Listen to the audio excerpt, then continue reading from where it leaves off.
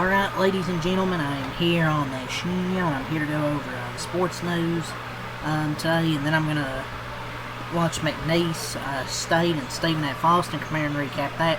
First of three conference championship games here tonight. Let's start with NFL news.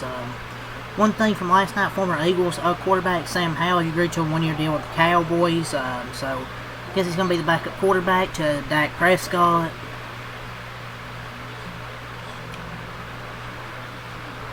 So, the Raiders already have inquired, or have received calls from several teams about inquiring the availability of Max Crosby in trade, per source. For now, the Raiders are prepared to get him healthy and have him play for Vegas, but they are still listening to other teams. He's 8 weeks from having meniscus surgery and golf crutches only last week. He is on schedule, and they are ready to get him ready for the season opener. He's doing really well in the rehab. Defensive back Trevier Thomas is signing back with the Vikings in a 2-year, $4.6 million deal. The Patriots are releasing Anthony Jennings today. The big news is the Ravens and Trey Hendrickson reached agreement on a 4-year, $112 million contract. He stays in the AFC North, and now will be facing Joe Burrow and the Bengals twice a season. Well, can't say I didn't see this one coming. I feel like kind of saw this coming after they backed out of the Max Crosby trade. So they're going to get it's kind of fishy, you know. They back out of the Max Crosby deal and they get Trey Hendrickson. But yeah, they still get an edge rusher, Trey Hendrickson, 4 years, $112 million. With incentives, it can be worth $112 million. With incentives, it can be worth up to $120 million. And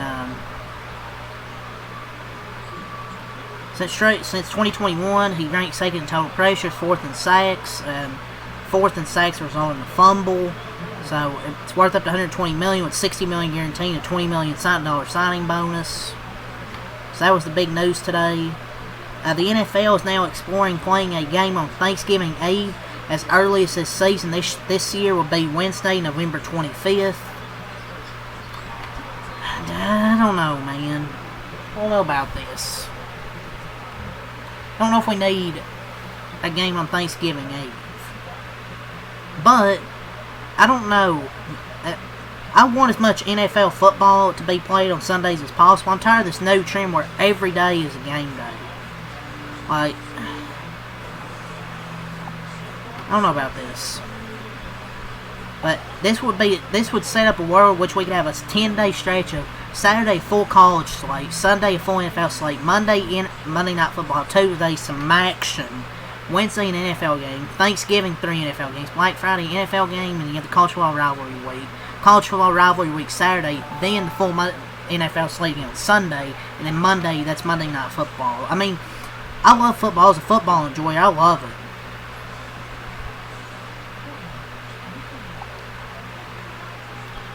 The Bills restructured the contract of Josh Allen, created $12 million in salary cap.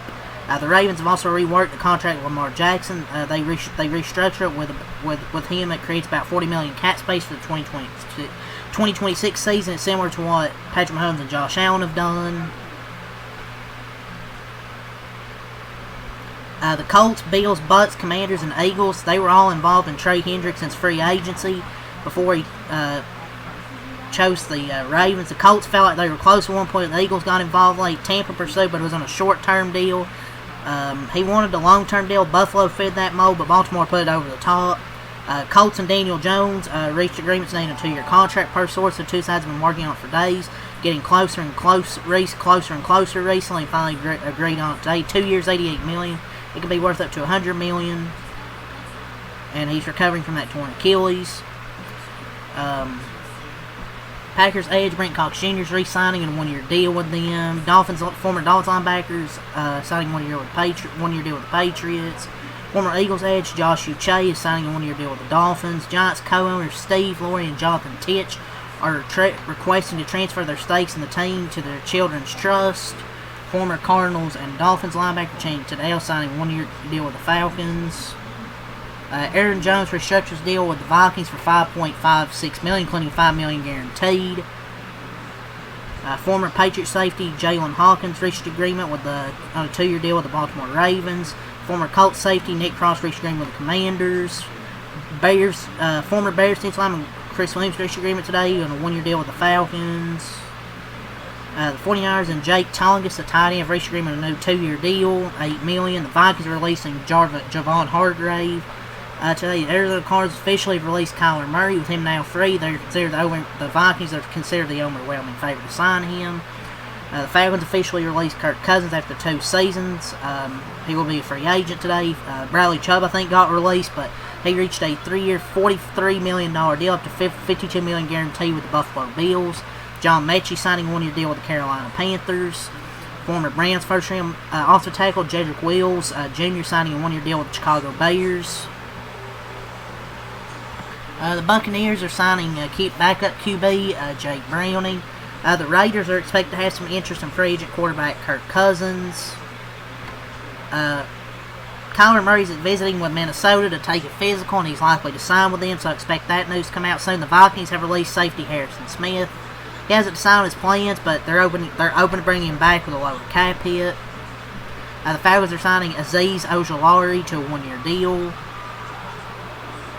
Chig Okonkwo signing with the Commanders 3 years, $30 million. The Eagles haven't been shopping defensive tackle Jalen Carter via trade. Free agent safety Kevin Byard is signing with the Patriots. I believe it's like a 1-year, $9 million deal. The 49ers are set to release Brandon Ayuk today, with the Commanders as the most likely landing spot for him on a 1-year prove-it deal. So Trey Hendrickson, he apparently was going to sign with the Colts before the Ravens failed Max Crosby's physical and pivoted to him. From Adam Schefter, Patriots adds Kalavon Chason signed with the Commanders, and so another edge there for the Commanders. Get Delphi Owe and Kalavon Chason. Some pretty good deals there, man. They're getting a little bit younger, because last year it's just an older roster and slow. Now they're getting younger and faster. But I believe that's all for the NFL news so far today. So let's move on here. So let's move on to some NBA. So Steph Curry. He will miss another 10 days with his ailing knee stretching his absence to 5 more games, a total of 20 consecutive. He started on-court work and aiming to intensify his workout, so he's going to be on another 10 days. It's over. Bam Adebayo had 83 points last night. Kind of unethical, man. Like, credit where credit's due. It's not his fault, but the ending of that game was just such a clown show. I mean, 83 points, nice, but whatever. Tyrese Maxey, he's been diagnosed with a tendon injury in his right pinky finger and will be re-evaluated in 3 weeks. He received additional images and specialist reviews after injuring his right hand Saturday in Atlanta, so they're now without Maxey, Joel Embiid, and now Paul George with the 2 injuries and the suspension. Some news there of Tyrese Maxey. It's all from Shams. So Lamar Odom is reportedly checked out of rehab and he is looking to get into coaching. I don't know about him coaching.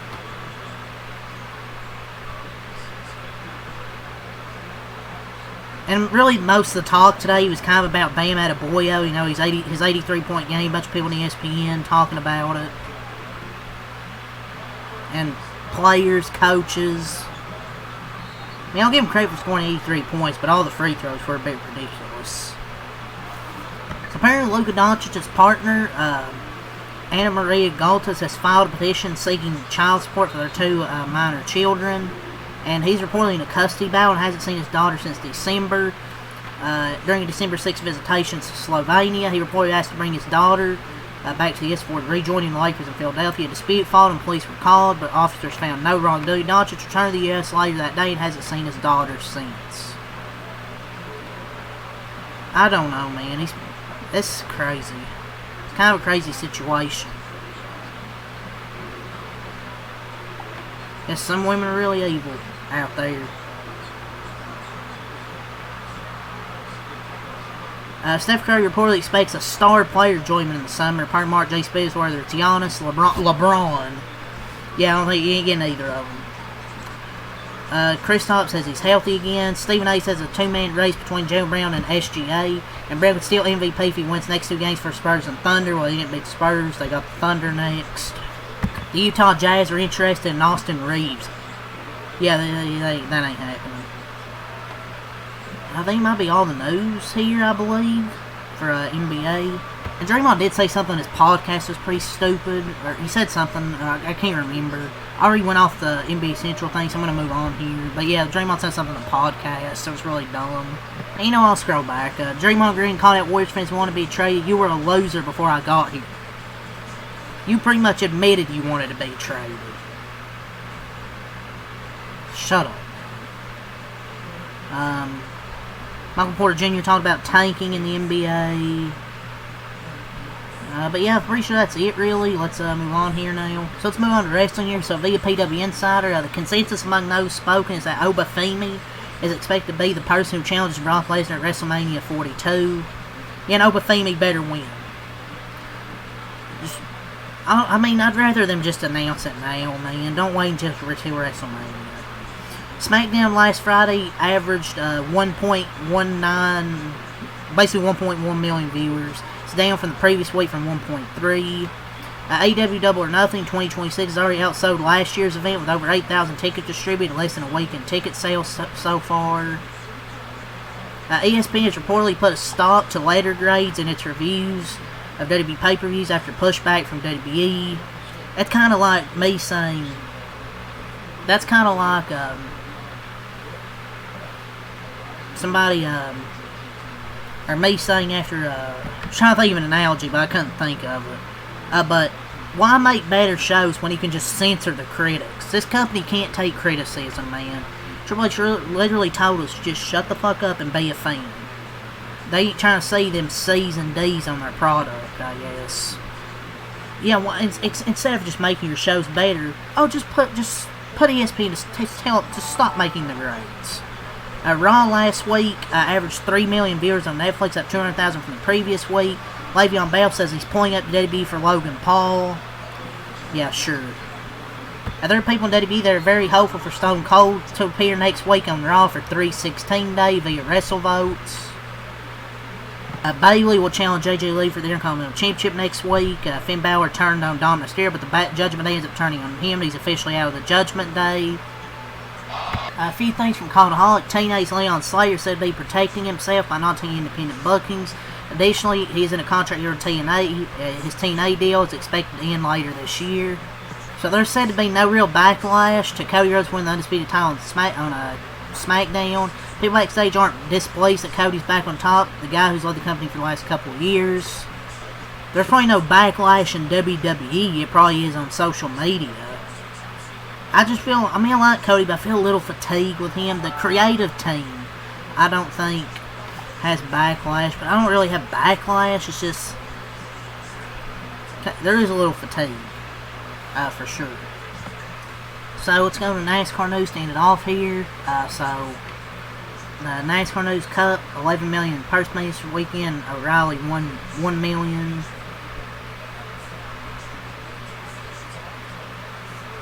Keep scrolling through here. Justin Allgaier is going to replace Alex Bowman at Las Vegas this weekend. Alex continues to work closely with doctors towards being medically clear, but he's still experiencing some lingering symptoms. Las Vegas schedule this weekend with green flag times, noon. Tomorrow on the CW app, O'Reilly PNQ 2:30 on Prime Cut PNQ 5 CW pre-race 5:35 O'Reilly green flag. It's going to be the 80% chance of rain Sunday 2:30 FS1 pre-race 4:13 the Cut green flag, and then it's going to be in the 80s with a 0% chance for. I don't know why we need a 2:30 pre-race and then 4:13 green. It's race at 3:30. But keep scrolling through here, see if we have any more news. Tires for the Cup race this weekend are the same tire codes as Las Vegas last fall and Kansas last fall. Given the command is Las Vegas is the Korn frontman Jonathan Davis.